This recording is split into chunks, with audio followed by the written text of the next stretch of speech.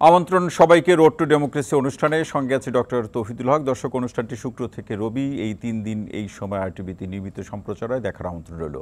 দর্শক, 4 দিনের চীন সফর শেষে দেশে ফিরলেন অন্তর্বর্তীকালীন সরকারের প্রধান উপদেষ্টা ডক্টর মোহাম্মদ ইউনূস। কূটনৈতিক সম্পর্ক বিশ্লেষকদের চোখে নানান কারণে এই সফর ছিল তাৎপর্যপূর্ণ। গণঅভ্যুত্থানে পতিত আওয়ামী লীগ সরকার চীন কিংবা দ্বিপাক্ষিক সফরগুলোতে অতিমাত্রায় ভারত নির্ভর ছিল। এবারে চীন সফরকে সেই প্রভাব বলয় থেকে বেরিয়ে স্বনির্ভরতার ইঙ্গিত হিসেবে দেখছেন অনেকে। এই সফরে 210 কোটি মার্কিন ডলারের বিনিয়োগ, ঋণ ও অনুদানের প্রতিশ্রুতি পেয়েছে বাংলাদেশ। 2028 সাল পর্যন্ত চীনে কোটা ও শুল্ক সুবিধা, চীনে আম রপ্তানি, তিস্তা প্রকল্পে সহায়তার আশ্বাস এবং 9 চুক্তি ও সমঝোতা সই সহ আরও নানান প্রতিশ্রুতি দিয়েছে চীন সরকার। অন্তর্বর্তী সরকার প্রধান এক চীন নীতিতে বাংলাদেশের অবস্থানের কথা স্পষ্ট করেছেন। দর্শক, এমন একটি প্রেক্ষাপটে আজ আমাদের আলোচনার বিষয় ডক্টর ইউনূসের চীন সফর কী পেল বাংলাদেশ। এ বিষয়ে আলোচনা করার জন্য স্টুডিওতে উপস্থিত আছেন সাবেক রাষ্ট্রদূত এম হুমায়ুন কবির, আছেন রাজশাহী বিশ্ববিদ্যালয়ের আন্তর্জাতিক সম্পর্ক বিভাগের শিক্ষক অধ্যাপক ডক্টর সৈয়দ আবদুল্লাহ আল মামুন, এবং আরও উপস্থিত আছেন দৈনিক যুগান্তরের আন্তর্জাতিক বিষয়ক প্রধান প্রতিবেদক মাসুদ করিম। আপনাদের তিনজনকে অনুষ্ঠানে স্বাগত জানাচ্ছি। দর্শক, আপনাকেও বরাবরের মতো জানিয়ে রাখি, অনুরোধও রাখতে চাই, স্ক্রিনে দেখানো নাম্বারে ফোন করে সম্মানিত আলোচকদের কাছে প্রশ্ন রাখতে পারেন। একজন সচেতন এবং বিবেকবান নাগরিক হিসেবে আপনার যা ভাবনা আছে সেই ভাবনা আমরা শুনতে চাই, এবং আপনার সেই ভাবনা অন্যদের মধ্যেও আমরা সেটি ছড়িয়ে দিতে চাই। সুতরাং ফোনের অপেক্ষায় থেকে যাচ্ছে আলোচনায়।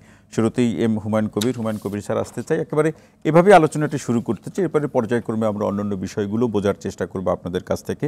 যে বর্তমানে বাংলাদেশে যে রাজনৈতিক বাস্তবতা বিরাজ করছে, যে প্রেক্ষাপটগুলো আমরা প্রতিনিয়ত মুখোমুখি হচ্ছি, সেই রাজনৈতিক বাস্তবতায় বা প্রেক্ষাপটে ডক্টর সম্মানিত প্রধান উপদেষ্টার যে চীন সফর, এটি বাংলাদেশের জন্য কতটুকু তাৎপর্যপূর্ণ? ধন্যবাদ আপনাকে।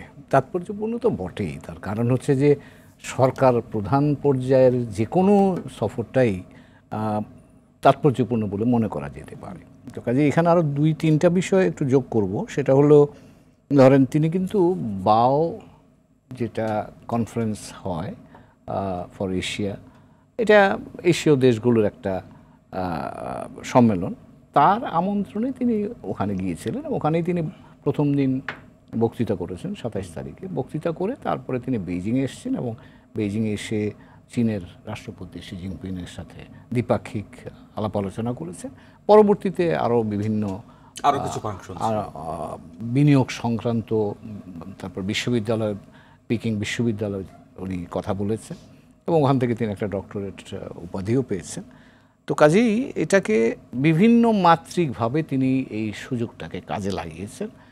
2টা বিষয় বা 2-3টা বিষয় তিনি উল্লেখ করেছেন। একটা হচ্ছে, তিনি বাও ফোরামে যেটা বলেছিলেন, সেখানে তিনি একটা এশীয় অঞ্চলে অর্থ পাচারের বিরুদ্ধে একটা সমন্বিত উদ্যোগ তিনি বলেছেন, যেটা আমাদের বাস্তবতা এটা খুবই প্রয়োজনীয়। কারণ তার আগের সপ্তাহে আমরা দেখেছি যে আমাদের বাংলাদেশ ব্যাংকের গভর্নর লন্ডনে গিয়ে তিনি চুরি হয়ে যাওয়া বা ওখানে চলে যাওয়া অর্থ ফেরত আনবার জন্য সচেষ্ট আছেন, এবং এটা আমাদের বর্তমান অর্থনৈতিক প্রেক্ষাপটে এটা কিন্তু আমাদের জন্য, বাংলাদেশের জন্য গুরুত্বপূর্ণ একটা বিষয়। দ্বিতীয় যে জায়গাটায় ধরেন শি জিনপিংয়ের সাথে যেখানে, সেখানে 2-3টা বিষয় প্রধান বিষয় হিসেবে এসেছে বলে আমার কাছে মনে হয়, যেটা জয়েন্ট স্টেটমেন্ট যেটা বেরিয়েছে সেখান থেকে। একটা হচ্ছে যে বাংলাদেশের এখনকার অর্থনৈতিক বাস্তবতার আলোকে চীনের কাছ থেকে আমরা অনুদান নেই, চীনের কাছ থেকে আমরা ঋণ নেই, চীনের কাছে, এবং এগুলো পরিশোধও আমাদের করতে হয়, এবং সেই ক্ষেত্রে এগুলোর সময় বাড়ানো, সুদের হার কমানো, অন্যান্য যেই টেকনিক্যাল ইস্যুসগুলো থাকে সেগুলো সহজীকরণের মতো বিষয়গুলো, সেটা পররাষ্ট্র সচিব পর্যায়েও আলোচনা হয়ে এখন মোটামুটিভাবে এসে এই পর্যায়ে নীতি নির্ধারণের পর্যায়ে একটা সিদ্ধান্তের জায়গায় এসছে। এবং এখানে তিনি বাংলাদেশে চীনাদের বিনিয়োগের জন্য একটা বড় ধরনের উদ্যোগের কথা বলেছেন, তাদেরকে আহ্বান জানিয়েছেন, এবং এটা আমাদের জন্য গুরুত্বপূর্ণ। চীনের জন্য আমরা ইতিমধ্যেই একটা স্পেশাল ইকোনমিক জোন রাখা আছে, সেই জন্য তারা তো বেশ কিছু প্রতিশ্রুতির কথা বলেছেন, আবার চীনা প্রতিশ্রুতি নিয়ে আবার অনেক ধরনের মন্তব্য বা প্রবাদও আছে। সেই জায়গা থেকে দেখার কি সুযোগ আছে নাকি এবারে বাস্তবতা? এখানেই আমি সেই জায়গাটা আসছিলাম। সেটা হলো যে আপনি ধরেন চীনাদের বিনিয়োগের জন্য আমরা আমন্ত্রণ জানাচ্ছি, এবং জয়েন্ট স্টেটমেন্টে যে প্যারাগ্রাফটাতে এই বিষয়গুলো উল্লেখ করা আছে তার নিচে একটা সেন্টেন্স আছে, সেখানে হচ্ছে যে আমাদের এই বিনিয়োগের পরিবেশটা উন্নত করা দরকার, এই ব্যাপারেও কিন্তু তারা আমাদের দৃষ্টি আকর্ষণ করেছে। তো এখন আমি মনে করি যে এই বিষয়ে চীনা প্রতিশ্রুতি কতখানি বাস্তবায়িত হবে সেটা নির্ভর করবে আমরা কতখানি অনুকূল পরিবেশ, বিনিয়োগের জন্য অনুকূল পরিবেশ তৈরি করতে পারবো, অনেকাংশে কিন্তু তার উপরে। তো কাজেই এটা আমাদের জন্য গুরুত্বপূর্ণ যে চীনের সাথে আমরা আহ্বান জানিয়েছি, তারা প্রতিশ্রুতি দিয়েছে, এখন প্রতিশ্রুতি বাস্তবায়নের দায়িত্বটা কিন্তু আমাদের কাঁধে। আর শেষ যেটা বলবো, আরেকটা পানি ব্যবস্থাপনা নিয়ে আমার ধারণা তিস্তা আছে, ব্রহ্মপুত্র আছে, যে হাইড্রোলজিক্যাল ইনফরমেশন এক্সচেঞ্জের বিষয় আছে, বাংলাদেশের পানি ব্যবস্থাপনা নিয়ে একটা দীর্ঘমেয়াদী পরিকল্পনার কথা বলা আছে। তো কাজে এই বিষয়গুলো আমাদের জন্য বাংলাদেশের প্রেক্ষাপটে এটা গুরুত্বপূর্ণ, বাংলাদেশের প্রেক্ষাপটে সেটি গুরুত্বপূর্ণ। হুমায়ুন কবির স্যার, অসংখ্য ধন্যবাদ। তার আলোচনা শুনবো। মাসুদ করিম ভাই, আসতে চাই যে এই এক চীন নীতিতে বাংলাদেশের অবস্থান স্পষ্ট করেছেন প্রধান উপদেষ্টা, এখান থেকে এই দক্ষিণ এশিয়ার যে রাজনীতির প্রেক্ষাপট স্পষ্ট করে যদি ভারতের কথা বলি, নতুন করে কোনো উত্তাপ ছড়াবে কিনা? ধন্যবাদ। এক চীন নীতির ব্যাপারে আমাদের দেশের অবস্থান এটা নতুন কিছু নয়, এবং এই সফরটা হলো একটা ধারাবাহিক সফর, যে বাংলাদেশের আওয়ামী লীগ সরকার হোক, বিএনপি সরকার হোক, জাতীয় পার্টির সরকার হোক, বা অন্তর্বর্তী তত্ত্বাবধায়ক যে সরকার, প্রত্যেকের পলিসি কিন্তু এক চীন নীতি পলিসি। কারণ তাইওয়ানকে আমরা আলাদাভাবে রাষ্ট্র হিসেবে চাই, কিন্তু এখানে এবার একটা বিশেষভাবে যে জিনিসটা এসেছে যে এক চীন নীতিতে আমরা বিশ্বাস করি, এই কথাটা যৌথ প্রেস রিলিজে আছে, কিন্তু এর সঙ্গে একটু এডিশনাল যুক্ত হয়েছে। সেটা হলো যে যদি কেউ তাইওয়ানের স্বাধীনতার ব্যাপার আসে তাহলে আমরা বিরোধিতা করব। এই শব্দটা কিন্তু আমাদের নীতিতে এইভাবে উল্লেখ করা ছিল না। এক চীন নীতিতে বিশ্বাস করা মানেই হলো এটা। সুতরাং আমি বলবো যে এক স্টেপ এগিয়ে গেছে চাইনিজদের প্রত্যাশার মেটানোর জন্য আমাদের প্রফেসর ইউনূসের সরকার। তাতে অন্যরা অসন্তুষ্ট হবে কিনা? সাধারণভাবে মনে করা হয়, প্রফেসর ইউনূসকে সাধারণভাবে মনে করা হয় যে উনি পশ্চিমা ঘেঁষা লোক, মনে করা হয় যে আমেরিকার ডেমোক্রেটদের সাথে তার মানে আমি সেটাই বলছি যে তাইওয়ানের সাথে ইউএসের যে প্রসঙ্গ, আপনি যেটা বললেন যে আমরা এই জায়গায় একটু বেশি আগায় যাওয়াতে এটা একটু সারপ্রাইজিংই হয়েছে, এবং এটার দ্বারা এই যে এক ধাপ এগিয়ে যে আমরা একটা মন্তব্য করলাম, এর পেছনে তো নিশ্চয়ই কোনো কারণ আছে। সেখানে কি স্বার্থ থাকতে পারে আমাদের? কারণ একটা এই যে আমার ধারণা যে ওটা হয়তো চাইনিজরা চেয়েছে ব্যাপকভাবে, অথবা আমাদের যারা এটার সঙ্গে নেগোসিয়েশনে ছিলেন তারা প্রফেশনালি হ্যান্ডেল করেন নাই, তারা জিনিসটাকে ইমোশনালি বা চায়নার সঙ্গে আরও বেশি হৃদ্যতা দেখাইতে গিয়ে, আবার এখন এই আপনি যে বললেন যে সেন্সিটিভিটির কারণে আদার্স যারা আছে, ইউনাইটেড স্টেটস আছে এখানে, কিংবা জাপান আছে বা সাউথ কোরিয়া আছে, যারা মানে তাইওয়ানকে সাপোর্ট করে, তারা হয়তো জিনিসটাতে কিছুটা অস্বস্তি বোধ করতেও পারে। কারণ আমরা এই জায়গায় শিফট করার কোনো প্রয়োজন ছিল না, আমি মনে করি যে এটা মানে প্রয়োজনের বাইরেই গেছে। যাই হোক, সেটা ওনারা করেছেন, কিন্তু এটার কনসিকুয়েন্স হলো যে আমরা যে ধারাবাহিকভাবে চায়নার সাথে সম্পর্কটা ছিল সেই জায়গায় এখন যদি ডেমোক্রেটিক সরকার আবার এই শব্দ ফেলেতে পারবে না। নেক্সটে তো এই সরকার তো একটা স্বল্পস্থায়ী সরকার, হয়তো আগামী নেক্সট জুন বা এর মধ্যেই এই সরকারের মেয়াদ শেষ, কিন্তু পরবর্তী সরকারগুলি হয়তো 5 বছর করে থাকবে, নির্বাচিত সরকার, গণতান্ত্রিক সরকার উত্তরণের পরে।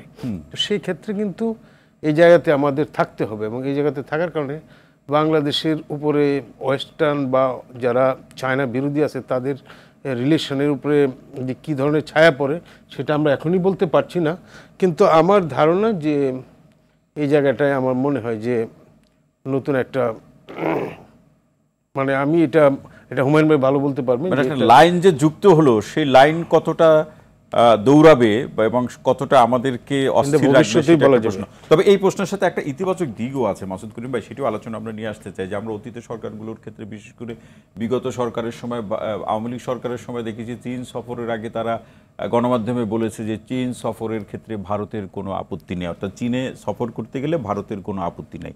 এবারে কিন্তু আমরা সেটি দেখিনি।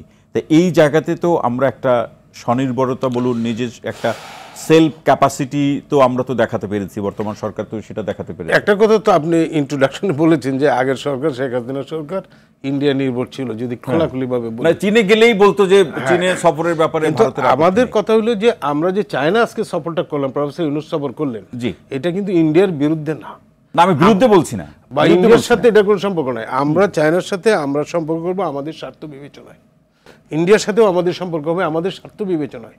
এখানে একটার সাথে কার শত্রু কার মিত্র এইসব দেখার আমাদের প্রয়োজন নাই। আমরা মনে করি আমরা সবার সাথেই সম্পর্ক রাখবো আমার জাতীয় স্বার্থ রক্ষা করে, এবং চায়নার সাথে তো এটা নতুন কিছু না, ধারাবাহিকভাবে শেখ হাসিনাও গিয়েছেন, খালেদা জিয়াও গেছেন, এর সাথে গিয়েছেন জেনারেল জিয়াও গিয়েছেন। সুতরাং এটা আমাদের গিয়ে কিন্তু আবার অনেকে বিপদে করেছে। লাস্ট 50 ইয়ার্সে আমাদের সাথে স্টেডি রিলেশন, মানে এটা বলবো বাই পার্টিজান রিলেশন বাংলাদেশ এবং চায়না, এবং এখানে কোনো রকম কন্ট্রোভার্সি দ্বিমত কারো নাই, বাংলাদেশে কোনো দলেরও নাই, কোনো লোকেরও নাই। সুতরাং আমি মনে করি যে এই সফরটাই অল রাইট। কিন্তু আমি বলছি যে সফরের এই যে ডকুমেন্টগুলি ওনারা তৈরি করেছেন, সেইগুলিতে আপনি যে জিনিসটা বললেন তাইওয়ানের ক্ষেত্রে অপোজ, এইটা কিন্তু একটা স্ট্রাইকিং পয়েন্ট এবং এটা বিরাট শিফট, এবং এই শিফটের কনসিকুয়েন্স কি হবে উই হ্যাভ টু ওয়েট। এর কিন্তু কোনো প্রফিট বা আউটপুট আসবে বাংলাদেশের পক্ষে বর্তমান বাস্তবতায়? আমি কিছু দেখি না, আমার এখন ফিউচারে বলা যাবে। ফিউচার বলবে। আমি অধ্যাপক ডক্টর সৈয়দ আব্দুল্লাহ মামুন স্যার আসতে চাই আপনার কাছে। নিশ্চয়ই আপনি দুইজন সম্মানিত আলোচকের আলোচনা শুনলেন। আমি যেটি মাসুদ করিম ভাইয়ের আলোচনার প্রেক্ষাপটে একটু ছোট্ট করে যুক্ত করেছিলাম যে অনেক রাষ্ট্রপ্রধান নির্বাচিত কিংবা এই ধরনের অন্তর্বর্তীকালীন সময়ের বা স্বল্প সময়ের যারা প্রধান উপদেষ্টা বা প্রধানমন্ত্রীর দায়িত্ব পালন করেছেন, চীন সফর করে কিন্তু অনেকেই বিপদের মধ্যে পড়েছেন। বিশেষ করে সফর শেষ করে এসে সংবাদ সম্মেলন করতে গিয়ে নানা ধরনের জটিল অবস্থা তৈরি হয়েছে। বিশেষ করে বিগত সরকার তো চীন সফর শেষ করে এসে যে সংবাদ সম্মেলন করেন সেখানেই ভজগরঙ্গ তৈরি করে ফেললেন। এবারের বাস্তবতা কি দেখেন? অনেক আলোচনা আছে, শুনতে চাই আপনার কাছে। হ্যাঁ, অবশ্যই আপনি যে কথাটা বলেছেন সেটা আমাদের বাংলাদেশের রাজনৈতিক ইতিহাস যদি পর্যালোচনা করি সেটার কিছু ইঙ্গিত আমরা পাই আসলে। যেমন আপনারা জানেন যে সাবেক প্রেসিডেন্ট জিয়াউর রহমান যখন মানে ক্ষমতাচ্যুত হলেন বা তার অ্যাসাসিনেশন হলো, তার শেষ সফরটা কিন্তু চীনের ছিল, এবং জেনারেল এরশাদ যখন ক্ষমতাচ্যুত হলেন তারও কিন্তু শেষ সফরটা চীন ছিল, এবং রিসেন্টলি খালেদা জিয়া ক্ষমতাচ্যুত হওয়ার আগেও কিন্তু তার একটা চীন সফর ছিল, এবং সর্বশেষ আপনি যে আওয়ামী লীগ সরকারের যে ক্ষমতাচ্যুতি তার আগেও কিন্তু শেখ হাসিনা চীন সফর ছিল। তো সেটার সাথে আপনি একটা টেলিপ্যাথিক কানেকশন হয়তো করতে পারেন, কিন্তু বাস্তবে তো আসলে ডিপ্লোম্যাটিক জায়গায় এগুলো কার্যকর হবে কি হবে না সেটা অন্য জিনিস, বাট মানুষের মন মগজে কিছুটা এটা একটা অভিঘাত সৃষ্টি করতে পারে। পারসেপশন বলে একটা বিষয়, পারসেপশনগুলো একটা জনমত তৈরি করে, এগুলোর একটা ইম্প্যাক্ট থাকতে পারে।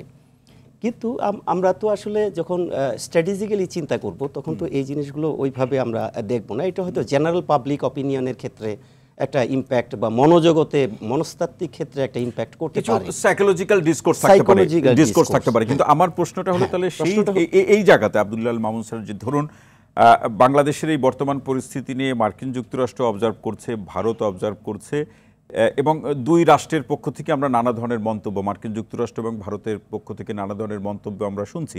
চীন কিন্তু খুব একটা বেশি কিছু বলছে না, তারা আরও ভাবছে, তারা আরও দেখছে। এই দেখাটা মানেটা কি?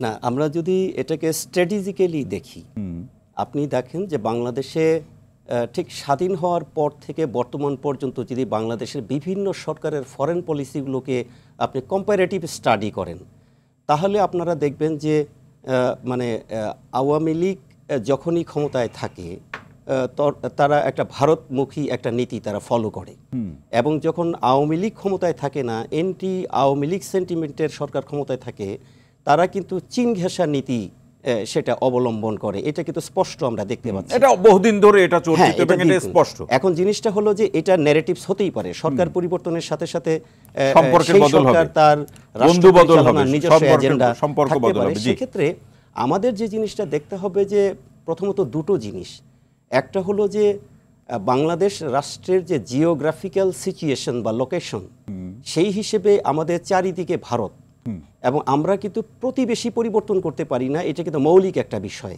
কাজেই আমরা যে কোনো সিদ্ধান্ত সেটা ডিপ্লোম্যাটিক, ইকোনমিক বা যাই হোক, সেক্ষেত্রে কিন্তু আমাদের এই জায়গাতে আমি একটা প্রশ্ন রাখতে চাই স্যার, সেটি হলো প্রতিবেশী পরিবর্তন তো করতে পারবো না, কিন্তু প্রতিবেশীর সাথে সম্পর্কের কৌশল কি পরিবর্তন করা যাবে নাকি সেটাও রাজনৈতিক কারণে করা যাবে না? কিন্তু আমি যে কথাটা বলছি যে যেহেতু প্রতিবেশীকে আপনি পরিবর্তন করতে পারছেন না, এখন এমন একটা শক্তির সাথে আপনি যদি আপনার রিলেশনটাকে অ্যাপেক্স লেভেলে নেন, সেই অ্যাপেক্স লেভেলে নেয়ার ক্ষেত্রে কিন্তু প্রতিবেশীর যে স্টেট ইন্টারেস্ট, সেইটা আমার স্টেট ইন্টারেস্টকে কোনো রকম অভিঘাত সৃষ্টি করতে পারে কি না, এইটা কিন্তু মূল্যায়নে রাখতে হবে। না হলে আপনি কিন্তু আপনার ডিপ্লোম্যাটিক পলিসি রেগুলার ফ্ল্যাকচুয়েট করলে কিন্তু আপনি কোনো রাষ্ট্রের কিন্তু ট্রাস্ট অর্জন করতে পারবেন না। ডিপ্লোম্যাটিক পলিসি যখন আপনি নির্ধারণ করবেন তখন কিন্তু সুদূর প্রসারী সময় নিয়ে তার ইমপ্লিকেশন কি হতে পারে সেটা করতে হবে। মানে সেই ধরনের ডিপ্লোম্যাটিক যে স্ট্র্যাটেজি অথবা প্যারাডাইম থাকা দরকার সেটি কি বাংলাদেশের আছে? না, বাংলাদেশে এখানে আমার মনে হুমায়ুন হয় স্যার আছে, যে আমি তার প্রতি সম্মান রেখেই বলছি, হ্যাঁ, সেই না, না, প্যারাডাইমটা আছে কিনা? স্যার তো আছেন। হ্যাঁ। আমি এখানে এখন পর্যন্ত সেটার কোনো ত্রুটি দেখছি না। কারণ হলো যে প্রফেসর ইউনূস আমাদের মাননীয় প্রধান উপদেষ্টা তিনি যে এই সফরটা করলেন এটার মেইন ফোকাস পয়েন্ট কিন্তু ইকোনমিক। আমরা যেটা দেখলাম যে ইনভেস্টমেন্টকে তিনি ওয়েলকাম করার জন্য তার মনোযোগটা বেশি দিয়েছেন। এখানে স্ট্র্যাটেজিক্যাল দিকে কিন্তু অতটা তিনি নজর দেন নাই। তিনি আমাদের যে প্রাকৃতিক যে সমস্যাগুলো, তিস্তাবাদ, এটা সেটা এগুলো নজর দিয়েছেন। যেহেতু তিনি একটা স্ট্র্যাটেজিক্যাল জায়গাতে খুব একটা ফোকাস করেন নাই, সেক্ষেত্রে আমার মনে হয় না যে ওই যে আমরা স্ট্র্যাটেজির প্রশ্নে যখন একচিন নীতির প্রসঙ্গ আসে এবং তাইওয়ানের স্বাধীনতার বিরোধিতার প্রসঙ্গ যখন আসে তখন তো সেটা স্ট্র্যাটেজির বাইরে থাকার আর কথা না। না, সেটা থাকে, কিন্তু আমরা যখন প্রতিবেশীর সাথে কম্পারেটিভ স্টাডির কথা বললাম তখন এই ঝুঁকিটা কাজ করে না। অবশ্যই একটা স্ট্র্যাটেজি আছে, কারণ হলো যে চায়নার আমরা চাচ্ছি যে আপনি দেখেন যে চায়না কিন্তু এখন একটা বড় একটা ইকোনমি হয়ে গিয়েছে এবং আমরা কিন্তু জানি যে আগামীতে এশিয়া হচ্ছে রাইজিং এবং ইউরোপ এবং মার্কিন যুক্তরাষ্ট্র কিন্তু ইকোনমিতে পিছিয়ে পড়বে। সেই এশিয়ার একটা বড় শক্তি চায়না। আমরা একটা সাউথ এশিয়ার কান্ট্রি হিসেবে চায়নাকে আমাদের হাতে রাখতেই হবে, তার বন্ধুত্ব আমাদের প্রয়োজন হবে। এখন চায়নার বন্ধুত্ব অর্জন করতে হলে তার যে স্টেট ইন্টারেস্ট সেটার সাথে কিন্তু আমাদের একটা বোঝাপড়ার একটা ব্যাপার আছে। সেই ক্ষেত্রে আমরা এখন এই বোঝাপড়া তো অবশ্যই দরকার আছে। বোঝাপড়াটা যারা করবেন সেই বোঝাপড়ার লোকগুলো আমার আছে কিনা, এই কারণে বলছিলাম যে ডিপ্লোম্যাটিক প্যারাডাইম অথবা প্রফেশনালের যারা আছেন, এই প্রফেশনটা যারা প্র্যাকটিস করবেন সেই মানুষগুলো আমাদের আছে কিনা, সেই ব্যক্তিগুলো না, তা তো অবশ্যই। কারণ আমাদের তো সেই জায়গায় কোনো ল্যাকিংস দেখেন কিনা? না, ল্যাকিংস সেটা না, আমাদের তো একচিন নীতির যে এটা তো আমরা দীর্ঘদিন যাবত ফলো করে আসছি। এটা আমাদের বিগত সরকারও যারা ছিলেন তারাও কিন্তু একচিন নীতির বিরোধিতা করেন নাই। কাজে এটা কিন্তু একটা কন্টিনিউশন। সেই ক্ষেত্রে এটা বাংলাদেশের জন্য এটা আমি মনে করি না যে ডিসিশনের ক্ষেত্রে কোনো ফ্ল্যাকচুয়েশন হয়েছে। আর এক্সপার্ট লেভেলে কিন্তু এটা নিয়ে প্রচুর গবেষণা হয়েছে আমাদের আন্তর্জাতিক সম্পর্কের যারা আছেন বা রাষ্ট্রবিজ্ঞানের আছেন, সেক্ষেত্রেও কিন্তু আমাদের এই সাউথ এশিয়ার এই রিজিয়নের এই বেল্টের একটা কান্ট্রি হিসেবে আমাদের কিন্তু চীনের একচিন নীতির সাথে যে মার্চ করে আমরা যে সিদ্ধান্ত নিচ্ছি এইটা স্ট্র্যাটেজিক্যালি আমার মনে হয় ঠিক আছে। এটাও আপনি ঠিক মনে করছেন। এটাতে কোনো সমস্যা নেই। ডক্টর আব্দুল্লাহ মামুন স্যার অসংখ্য ধন্যবাদ। আমি একটু বিরতিতে যাওয়ার আগে এই প্রসঙ্গে আমি একটু হুমায়ুন কবির স্যারের কাছে একটু শুনতেই চাই যে আসলে এই আপনারাই তো বলেন, আপনাদের কাছ থেকে আমরা শিখেছি যে এবং বইপত্র পড়ে আপনাদের আলোচনা শুনে যে ডিপ্লোমেসি এটা এক ধরনের আর্ট অফ রিলেশনশিপ, কে কীভাবে সেটাকে করবে। এখন আমার দেশে আপনাদের সময় যেভাবে নেতৃত্ব দিয়েছেন, এখন যারা নেতৃত্ব দিয়েছে সেটি বোঝা ভূ রাজনীতির যে প্রেক্ষাপট, দেশীয় প্রেক্ষাপট, আমার পলিসির যে প্রেক্ষাপট, এই ব্যাপারগুলো নিয়ে এখন অনেক ধরনের কথা হয় এবং সেই কথাগুলো নিশ্চয়ই, আমি কি কথা হয় সেই কথাগুলো বলছি না, এই কথাগুলো নিশ্চয়ই আপনার দৃষ্টি এড়িয়ে যায় না। শুনতে চাই যে আসলে আমাদের নেতৃত্বের জায়গা, ডিপ্লোম্যাটিক প্রশ্নে বা ডিপ্লোমেসির প্রশ্নে নেতৃত্বের জায়গাতে আমাদের অবস্থানটা কেন পাকাপোক্ত করা যাচ্ছে না কেন? ধন্যবাদ। গভীর একটা প্রশ্ন করলেন, তো দেখি জবাব দেওয়ার চেষ্টা করি। এখানে কয়েকটা বিষয় আমি দেখি বা আমার কাছে যেটা মনে হয় যে চিন্তা করার জায়গা, সেটা হচ্ছে প্রফেসর ইউনূস আমাদের প্রধান উপদেষ্টা মহোদয়, তার একটা নিজস্ব আইডেন্টিটি আছে, কিন্তু সেটা বাংলাদেশেরও বাইরে। মানে এখন তিনি সরকারের দায়িত্বে আছেন বলে আমরা তাকে প্রধান উপদেষ্টা হিসাবে পাচ্ছি, কিন্তু তার বাইরেও তার একটা পরিচয় আছে এবং সেখানে তার একটা ইন্ডিভিজুয়াল ভ্যালু আছে। কিন্তু তো কাজেই ধরেন এই যে উনি বিভিন্ন জায়গাতে যাচ্ছেন, নিউ ইয়র্ক থেকে শুরু করেছিলেন গত সেপ্টেম্বরে, তারপর ডেট, তারপরে চীন সফর, উনি কিন্তু একটা স্টারের মতো যাচ্ছেন এবং কাজ করছেন। এখন সেটাকে আমরা স্ট্রাকচারালি, আপনি যে প্রসঙ্গটা তুললেন, স্ট্রাকচারালি আমরা তাকে কতটা সাপোর্ট দিতে পারছি সেই জায়গায় কিন্তু প্রশ্ন আসে। যে প্রশ্নটা মাসুদ করিম বললেন, সেখানে কিন্তু আমার মনে হয় যে সেখানে সেই সক্ষমতাটা আমাদের অর্জন করার দরকার। এখানে আরও একটা বড় বৃহত্তর প্রেক্ষাপট আছে, সেটা হচ্ছে যেটা প্রফেসর সাহেব বললেন, একটা বড় ধরনের কৌশলগত পরিবর্তন বিশ্বে হচ্ছে। মার্কিন যুক্তরাষ্ট্রের নেতৃত্বে দ্বিতীয় বিশ্বযুদ্ধের পর থেকে যে কাঠামোটা দাঁড়ানো ছিল, মার্কিন যুক্তরাষ্ট্রের বর্তমান প্রেসিডেন্ট ট্রাম্প সেটা নিজেই ভেঙে দিচ্ছেন।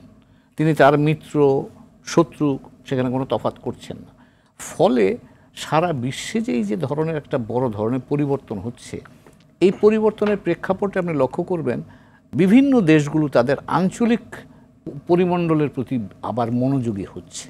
তারা নিজেদের মধ্যে নিজেদের আইডেন্টিটি খুঁজবার চেষ্টা করছে। তো কাজেই আমাদের প্রফেসর ভাইজি কথাটা বললেন, তার সাথে সুর ধরে বলি যে আজকে এশীয় অঞ্চলে কিন্তু চীন, সকলেই চীনের সাথে সম্পর্ক বাড়াবার জন্য আগ্রহী হচ্ছে। তার কারণ এই অঞ্চলের ম্যাগনেট চীন। এই অঞ্চলের অর্থনীতি যদি বলেন, যেমন আমি গত দুদিন আগেই সোলে ছিলাম একটা, সেক্ষেত্রে আমাদের সূত্র ভিন্ন হবে কিনা? না, আমাদের ভিন্ন, মানে আমাদের সূত্র, বাংলাদেশের সূত্র ভিন্ন হবে কিনা? আমাদের প্রয়োজনের নিরিখেই তো আমাদের করতে হবে, কারণ চীনের সাথে আমাদের ইতিমধ্যেই সম্পর্ক, বহুমাত্রিক সম্পর্ক আছে। তো সেই জায়গায় আমরা এখনকার বাস্তবতায় চীনের সাথে যদি সেই জায়গায় আমরা কাজ করতে চাই, আমাদের অর্থনীতির আধুনিকায়ন যদি আপনি বলেন, আমাদের অর্থনীতিকে এখন আমাদের একটা বড় ধরনের প্রয়োজনে সাম্প্রতিক তারুণ্যের উত্থান বা গণ অভ্যুত্থানের আলোকে আপনি এই তরুণ প্রজন্ম কী চাচ্ছে, তাদের এমপ্লয়মেন্ট আপনি কোত্থেকে দেবেন? রাজনীতি তো একটা ভিন্ন জিনিস, কিন্তু তারা তো শুরু করেছে বৈষম্যহীন একটা আন্দোলনের জন্য, তাদের ফিউচারের জন্য। আমি সেখানে কি করব, সেখানে আমার করার জন্য কে আমার সহযোগিতা করতে পারে, সেটাও তো আমার বিবেচনার, এবং সেই বিবেচনায় চীনের একটা গুরুত্বপূর্ণ ভূমিকা আছে কিন্তু এখানটায়, ভারতেরও আছে, কিন্তু সেটা আমি এই মুহূর্তে কথা বলছি না। আমরা এই অঞ্চলের এই প্রসঙ্গটা একটু বলুন স্যার, নেতৃত্বের জায়গাতে যে আপনি একটু অল্প একটু বলেছেন, আমাদের এই প্রফেশনালিজমটা তৈরি হতে এত সময় নিচ্ছে কেন? অসুবিধা আমাদের কারণ আমরা, এটা আমার ব্যক্তিগত আমার অভিজ্ঞতায় বলছি, আমার সাথে এগ্রি করতে পারেন, অনেকে ডিসএগ্রিও করতে পারেন, আমরা বেসিক্যালি সেফ প্লে করে গেছি এতদিন, এবং সেটা করবার জন্য আমাদের সুযোগ ছিল। কারণ বৈশ্বিক পরিবেশটা মোটামুটি ধরে নেন মোরলেস স্ট্যাটিক অবস্থার মধ্যে ছিল, বা এতদিন স্থিতিশীল ছিল। কিন্তু সাম্প্রতিক কাল থেকেই আমাদের এই পরিবর্তন কিন্তু আমাদেরকে স্পর্শ করছে।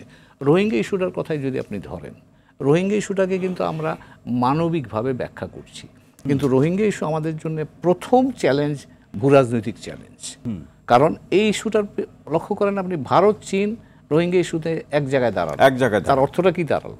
যে আমার অবস্থানের পাশে তারা নিজেরা প্রতিদ্বন্দ্বী, কিন্তু তারা এই ইস্যুতে একসাথে কাজ করে। কাজে এখানে কিন্তু আমি ফার্স্ট টাইম ফিল করলাম যে ভূরাজনৈতিক চাপটা আমার উপর আসছে। এখন ধরেন যেটা হচ্ছে সারা বিশ্বে, যেমন জাতিসংঘ বলেন, WTO বলেন, যেসব আন্তর্জাতিক পরিকাঠামোগুলো আছে, এই কাঠামোগুলোর থেকে আমরা সুরক্ষা পেতাম, আমাদের মতো দেশগুলো যারা অপেক্ষাকৃত কম শক্তিশালী দেশ, সেই সুরক্ষা কাঠামো তো ভেঙে গেছে। এখন আমাকে খুঁজতে হবে আমি কি করে আমার নতুন সুরক্ষা, আমি কি করে আমার সুরক্ষার জায়গাগুলো নিশ্চিত করব। অসংখ্য ধন্যবাদ স্যার। বিরতিতে যাব, আরও আলোচনা শুনবো, তবে একজন দর্শক আছেন, দর্শকের প্রশ্ন কিংবা তার যা ভাবনা আছে সেটি শুনে বিরতিতে যেতে চাই। প্রিয় দর্শক, কে আছেন পরিচয় দিয়ে প্রশ্ন করুন। আসসালামু আলাইকুম।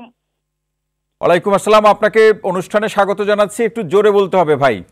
আসসালামু আলাইকুম, আমি বদরুদ্দোজা বলছি সিলেট থেকে। জি বলুন। ডক্টর ইউনূস চীনে গিয়ে যে ইকুইপমেন্ট নিয়ে আসবেন, আপনি শুনতে পাচ্ছেন? আমি শুনতে পাচ্ছি, তবে আপনি যদি আরেকটু জোরে বলেন আমরা সবাই শুনতে পারবো, যদি সম্ভব হয়।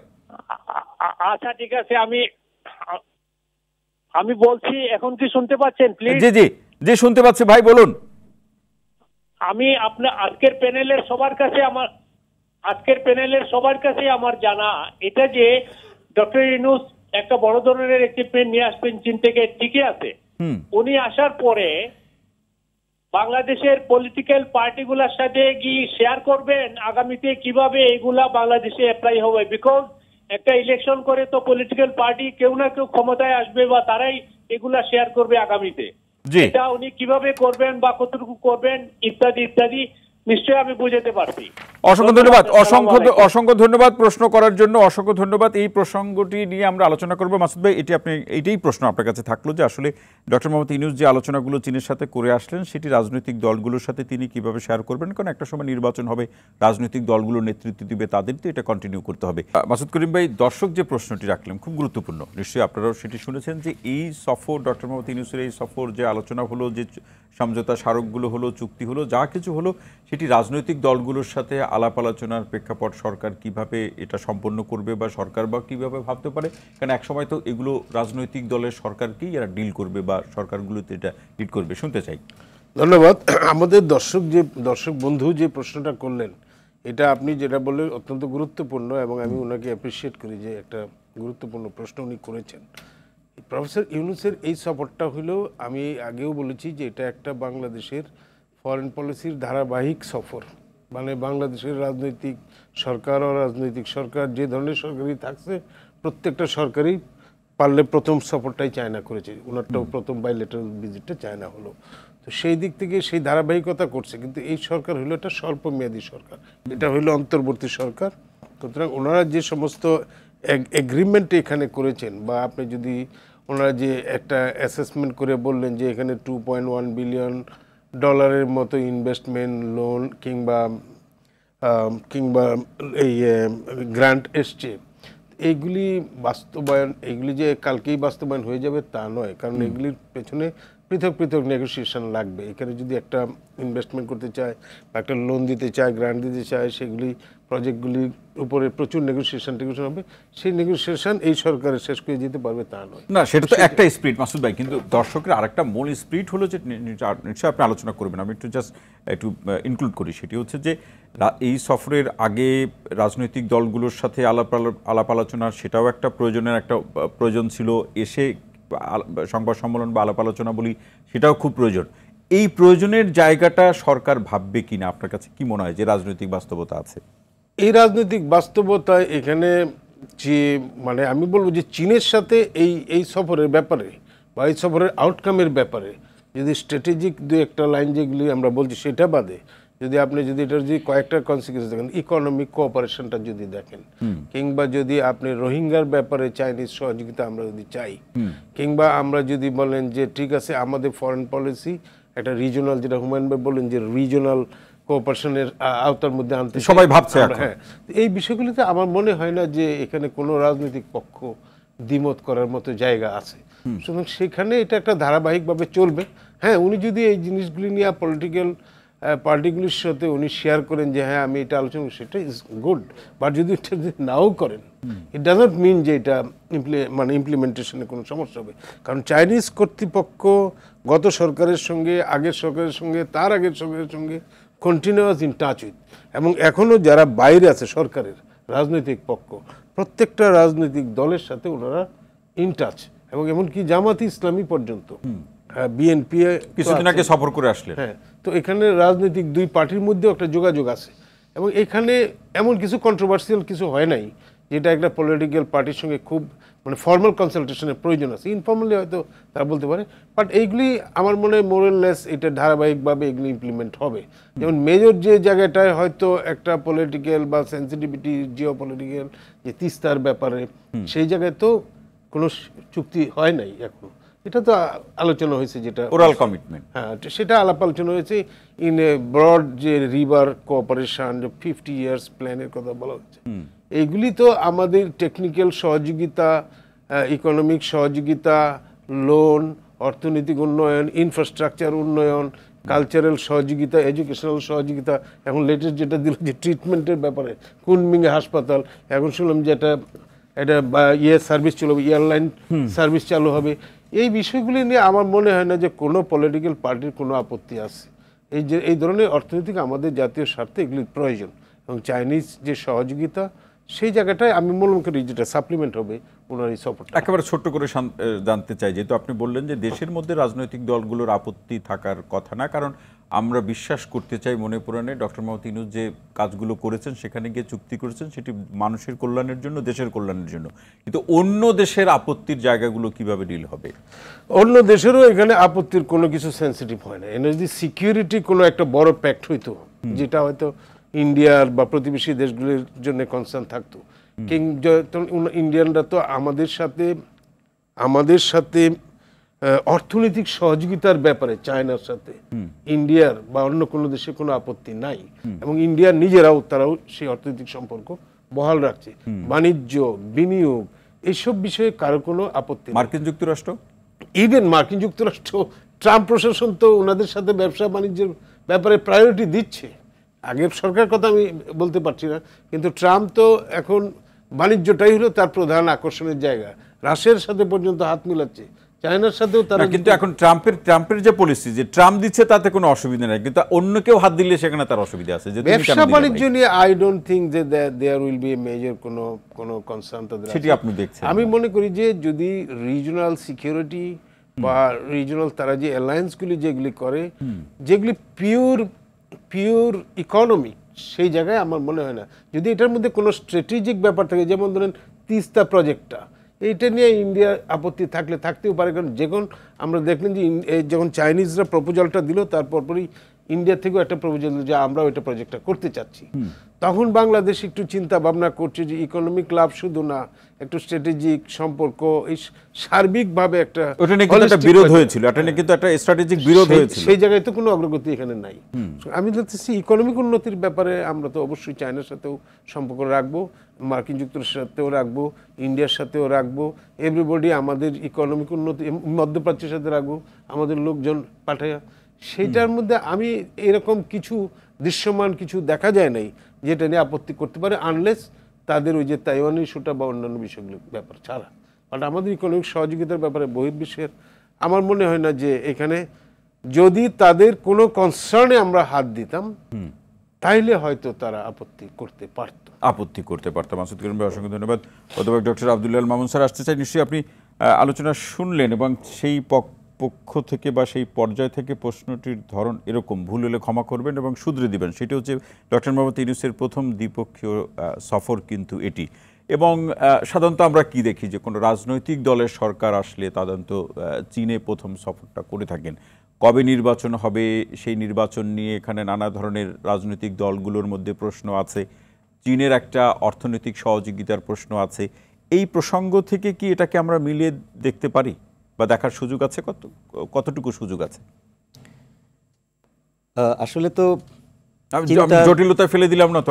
না, সমস্যা নেই। কারণ হলো যে যখন আমরা কোনো স্ট্র্যাটেজিক চিন্তা করি তখন তো কম্পারেটিভ স্টাডি এবং ক্রিটিক্যাল থিঙ্কিং করি, সেখান থেকে তো বহু ধরনের চিন্তা এখানে আসতে পারে। কিন্তু আমরা যেটা দেখলাম যে এইবার প্রফেসর ইউনূসের যে সফর এবং যে মৌগুলো হওয়ার কথা আমরা শুনলাম, সেক্ষেত্রে একটা জায়গায় হয়তো বা মানে একটু ফ্ল্যাকচুয়েশন আছে, সেটা হলো তিস্তা প্রজেক্টের ব্যাপারটা। অন্য সবগুলোই তো আপনি হেলথ, এডুকেশন, আপনার কালচারাল, এগুলো নিয়ে, এবং এগুলোর সাথে কোনো পার্টির সাথে আলোচনা করা না করা একই রকম, কারণ সবার এই এজেন্ডাগুলোতে একমত আছে। এখন একটা জায়গাতে দ্বিমত হতে পারে, সেটা হলো যে সরকারটা চলে গেল সেই সরকারের যে স্ট্র্যাটেজি ছিল সেখান থেকে বর্তমান সরকারের স্ট্র্যাটেজিটা শিফটিং হয়েছে।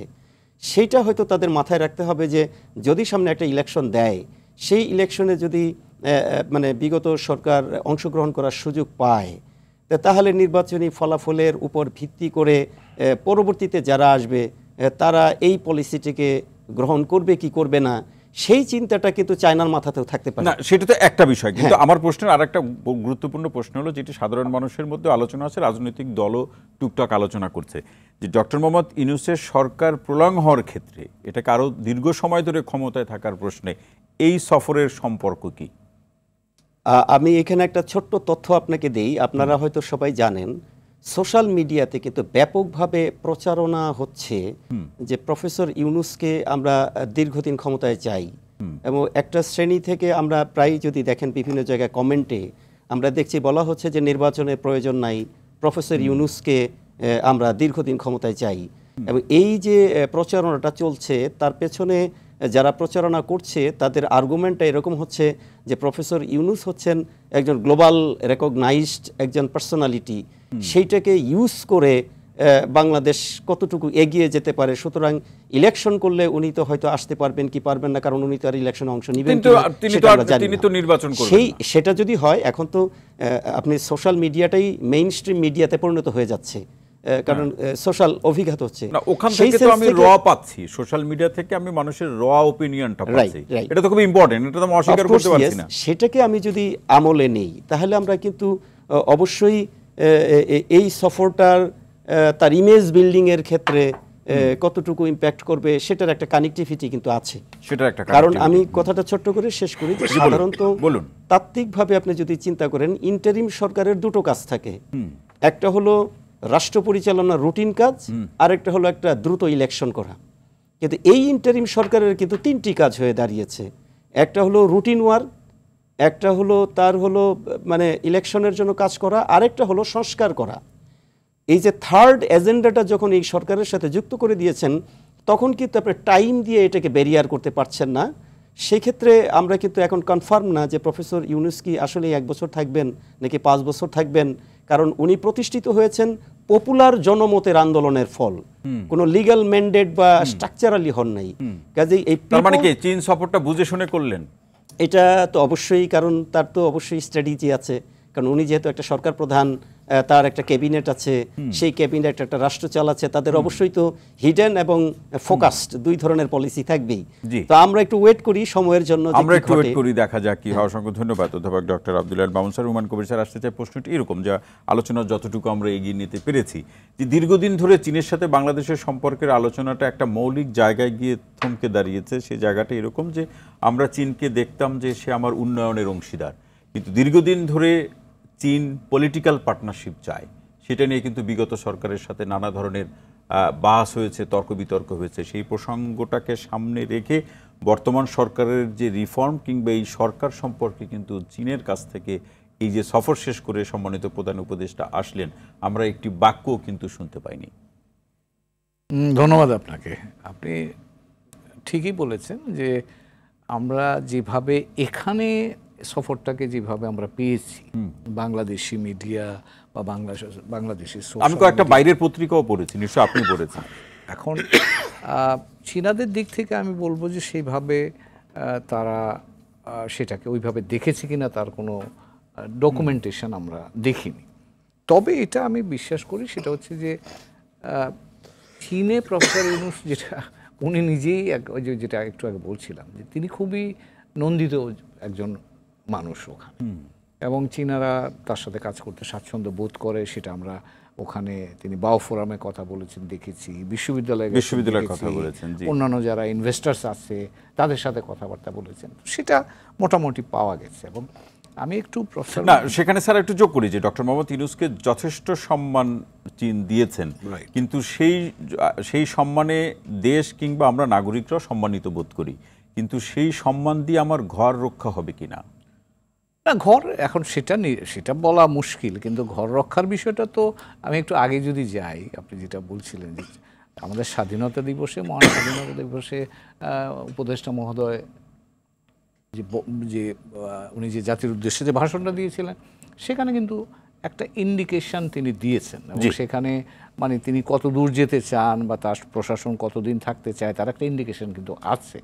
তো কাজেই এখন যেটা দরকার সেটা হচ্ছে যে এই সংস্কার প্রক্রিয়াটাকে সামনে এগিয়ে নিয়ে গিয়ে একটা সকলকে নিয়ে একটা গ্রহণযোগ্য নির্বাচন করা, সেটা একটা চ্যালেঞ্জ তো আমাদের সামনে আছেই।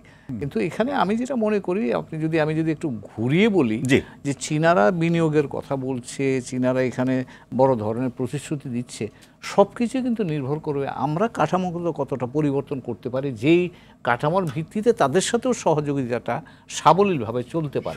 কারণ তারাও কিন্তু মনে রাখতে হবে যে চীন বলুন বা বাইরে যে কোনো শক্তি বলুন, আমার এখানে যদি আমরা কাঠামোগত পরিবর্তন না করতে পারি, তাহলে আমরা যতই বলি তাতে তাদের কোনো আগ্রহ থাকবে না। মাসুদ কোন ভাই, শেষ মন্তব্যে কি বলবেন?